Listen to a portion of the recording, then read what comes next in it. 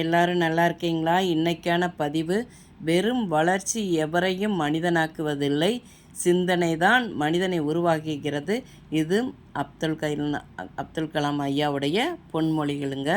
பொதுவாக நம்மளுடைய வளர்ச்சி, அதிகம் பணம் இருக்கும், கார் இருக்கும், எல்லாமே இருக்கும். அது நம்மளை ஒரு நல்ல மனிதனாக காட்டாது. நல்ல எண்ணங்களும் சிந்தனைகளும் தாங்க ஒரு மனிதனை உயர்ந்த மனிதனாக காட்டும். பார்த்துக்கோங்க. நம்ம எப்பயுமே அப்படி தாங்க இருக்கணும். பொதுவாக எண்ணங்களும் நம்மளுடைய நல்ல சிந்தனைகளும் நம்மளுடைய பரம்பரை வழியாக வர்றதெல்லாம் கிடையாதுங்க. நாம் தாங்க, அது நமக்கு சொந்தமானது.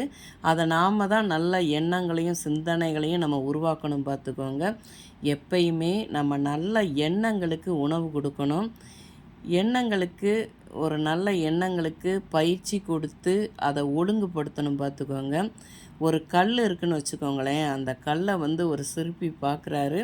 அந்த சிற்பியோட கையில் ஒரு உளி இருக்குதுன்னு வச்சுக்கோங்க. அவர் உளி இருந்தால் அந்த கல்லை செதுக்கி செதுக்கி சிலைக்கு வடிவம் கொடுப்பார். பார்த்துக்கோங்க.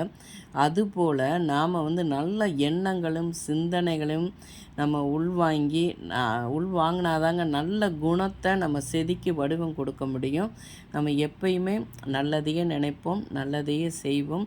இந்த பதிவு உங்களுக்கு பிடிச்சிருந்தால் பார்வதி வீட்டு சமையலுக்கு ஆதரவு கொடுங்க. ஓம் சாய்ராம்.